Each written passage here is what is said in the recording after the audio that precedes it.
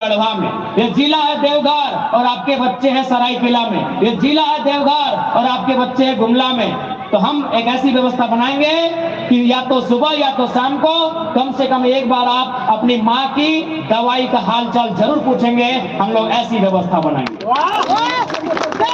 हमारी दीदी लोग आई हैं जो शायद कोई आंगनबाड़ी से जुड़ी हैं, कोई जल सहिया के रूप में जुड़ी हैं, कोई सेविका के रूप में जुड़ी हैं, तो कोई मलेरिया फलेरिया के टैबलेट के कार्य में जुटी हैं। तो मैं उनसे स्पष्ट कहना चाहूंगा, यदि हम लोग आते हैं तो भले 70 लाख का क्रिकेट का मैच नहीं खेला जाएगा, 6 करोड़ में मंत्री का आवास नहीं बनाया जाएगा, लेकिन आपकी समस्याओं का निदान त्वरित किया जाएगा। ये आपको आपके भाई का वचन रहेगा। हम तमाम पारा शिक्षकों से कहना चाहेंगे, पारा शिक्षक यानी 24 सालों से झारखंड के शिक्षा की रीढ़, पारा शिक्षक यानी 24 सालों से झारखंड के शिक्षा के स्तंभ, पारा शिक्षक यानी 24 सालों से झारखंड की शिक्षा व्यवस्था का खूंटा। तो आपको कहना चाहेंगे, आपको सरकार के सामने गिड़गिड़ाने की आवश्यकता नहीं है। हम लोग सत्ता में आते हैं, आपसे बैठाकर आपकी जो समस्याएं हैं उन समस्याओं का मैक्सिमम समाधान किया जाएगा।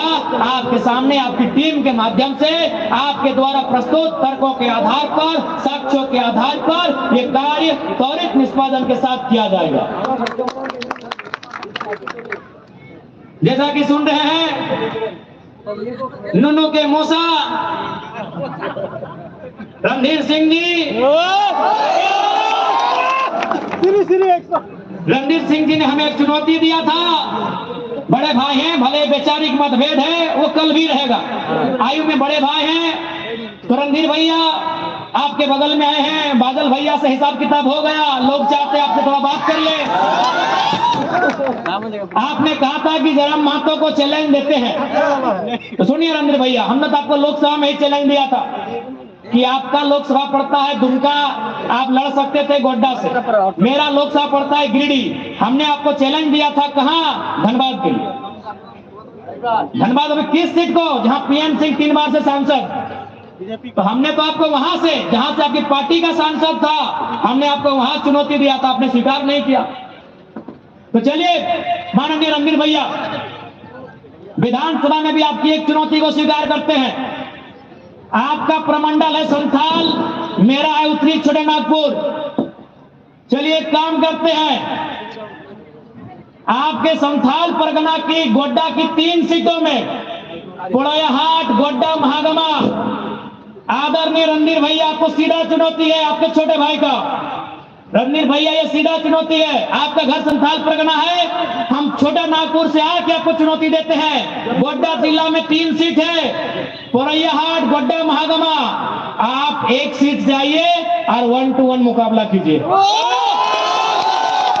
ये गठबंधन हटाइए, आइए दोनों इंडिपेंडेंट आते हैं। चलिए आइए आपकी चुनौती को स्वीकार करते हैं। अरे क्या कर रहे हैं, साड़ी बांट रहे हैं? क्या कर रहे हैं? जनता लिख के दिया है कि रणधीर सिंह जी साड़ी बांट रहे हैं, 50 टाइगर को रोकने के लिए साड़ी बांट रहे हैं। क्या कर रहे हैं रणधीर भैया? बताइए, साड़ी बांट रहे हैं 50 रणधीर भैया। हमको लगता है ये तो हम झरमुंडी में आए हैं, ये तो हम झरमुंडी में आए तो हमको साड़ी बंटवा दिए। यदि हम सारठ चल गए तो उनसे जींस बंटवा देंगे। हमको लग रहा है कि रणधीर भैया अगर हम सारठ चले गए तो आपको शायद जींस बांटना पड़े। तो चलिए कम से कम हमारा भाई लोग का दुर्गा पूजा में भला हो जाएगा। बताइए साड़ी कितना का साड़ी बांटना? 50 का, 50 300 रुपया पीस है वो, 50 100 टका, 30 रुपया यार की बोला? 30 रुपया में साड़ी मिलो है, 30 रुपया में? इतना कंजूस, इतना कोया, 30 रुपया में साड़ी ले बताती हो। और चूंकि संथाल परगना में दूधू का मंत्री भी हैं, और चूंकि दीपिका भी महिला है, महिला पे कमेंट नहीं करते, इनका सम्मान करके बस इनसे यही कहेंगे, आपका जो विभाग है उसका काम कीजिए, नहीं तो 24 में जनता आपसे हिसाब मांगेगी। और हाँ, हफीजुल साहब आपसे कहेंगे, ये जो आपको खेल कूद का मंत्रालय मिला है, खेल कूद मिला है ना, खेल कूद का जो मंत्रालय मिला है, तो आप सबसे पहले बताइए संथाल परगना यानी खुला मैदान, संथाल परगना यानी पहाड़ों का क्षेत्र आपने कितना जिला स्तरीय स्टेडियम का निर्माण कराया है, इसका हिसाब चाहेंगे। आदरणीय मंत्री महोदय हफीजुल हसन जी से हम ये हिसाब चाहते हैं कि आपने कितना जिला स्तरीय, प्रखंड स्तरीय खेल कूद स्थल का निर्माण करवाया है, आपने कितने खिलाड़ियों को प्रोत्साहन करने के लिए राज्य स्तरीय खेल तक लेकर गए हैं, देश स्तरीय खेल तक लेके गए हैं। यदि नहीं तो जब भी अगर गुटखा खाने से फुर्सत मिले तो सोचेगा, नहीं तो लोग इस बार मुंह में इतना गुटखा ठोस देंगे कि वोट मांगने के टाइम पता ही नहीं चलेगा कि गुटखा थूकना है कि पार कर लेना है।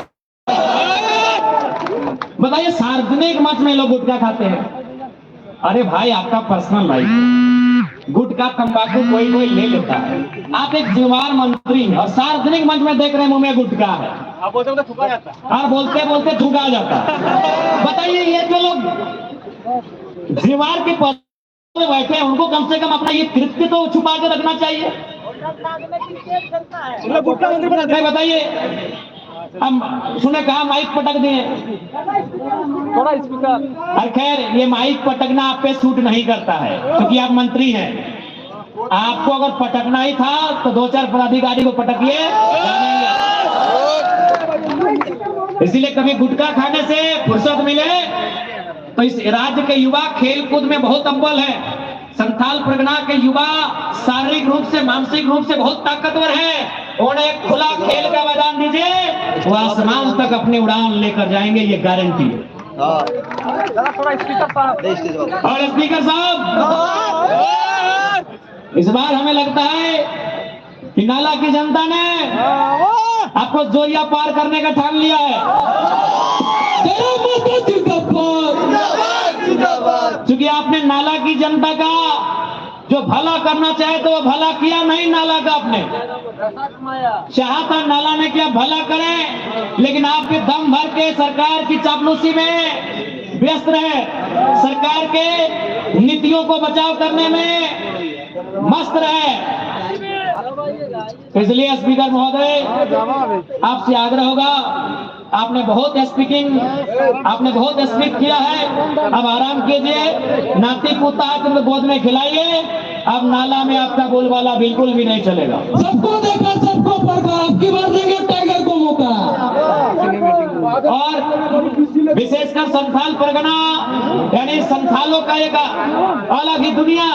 तो मैं तमाम संथाल समुदाय से आए हुए अपने नौजवान साथी, अपने भाइयों और बहनों से कहना चाहूंगा कि याद रखिएगा, ये तो गनीमत है कि मुख्यमंत्री के भतीजी, मुख्यमंत्री का घर का बच्चा लोग 25 साल की उम्र पार नहीं किया है, मैं तो और 4 विधायक उधर से होता। भैया आप सत्ता बादल का भाई विक्रम बतल बहुत बेसी ले छे, ओकरा पर ध्यान दे। 30% ले छे, बोलो करा। ठीक है, 24 में उनका सारा हिसाब होगा। सुनो, आप सभी को धन्यवाद, जोहार। मनीष कश्यप के बारे में लेवल को रखिए ना, बोरी बोलने वाला लोग, सबके लिए हम ही लोग करते हैं। लेवल को रखिए। हाईलाइट होने को जरा तो चलिए, आप कहाँ से चुनाव लड़ रहे हैं? सभी को डुमरी। देखिए, हमारी एक सीट डुमरी कंफर्म है, दूसरी सीट के इंतजार में है। अगर रणधीर भैया चुनौती से स्वीकार करते हैं तो हम गड्ढा आएंगे।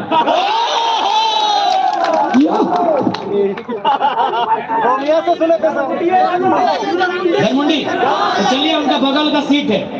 चलिए साहब, इतना आपको ऑफर दे रहे हैं, सारक के बगल में बुला रहे हैं, आइए आप भी अपना गढ़ छोड़िए, हम भी अपना गढ़ छोड़ते हैं। और आइए साबित करते हैं कि राजनीति के 2024 के मैदान का टाइगर असल में कौन है। बड़े भाई रणधीर जी, आप भी सारक को छोड़िए, हम भी अपना उत्तरी छोड़नागपुर को छोड़ते हैं।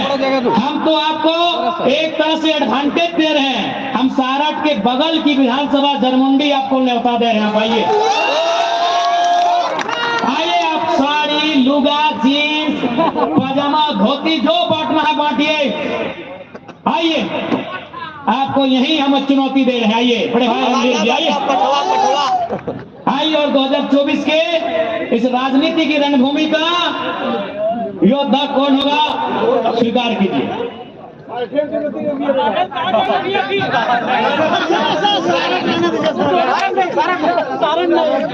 बादल कहा जाए ठीक है, सारठ में कार्यक्रम कर ले और सारठे में दखल दे देगा।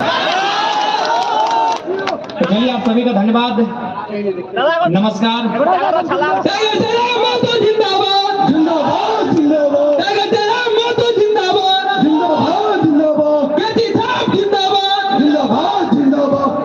धन्यवाद, नमस्कार, जोहार, आदाब, सलाम।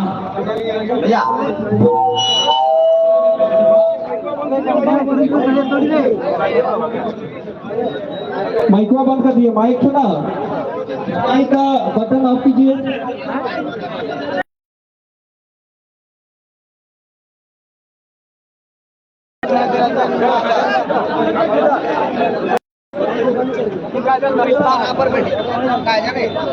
नागपुर के लोग मुझे देखने के लिए, मुझे सुनने के लिए जिस प्रकार से लड़ाई करते हैं, क्या वो संथाल परगना की धरती में ललायत होंगे, ये संशय के सवाल मन में था।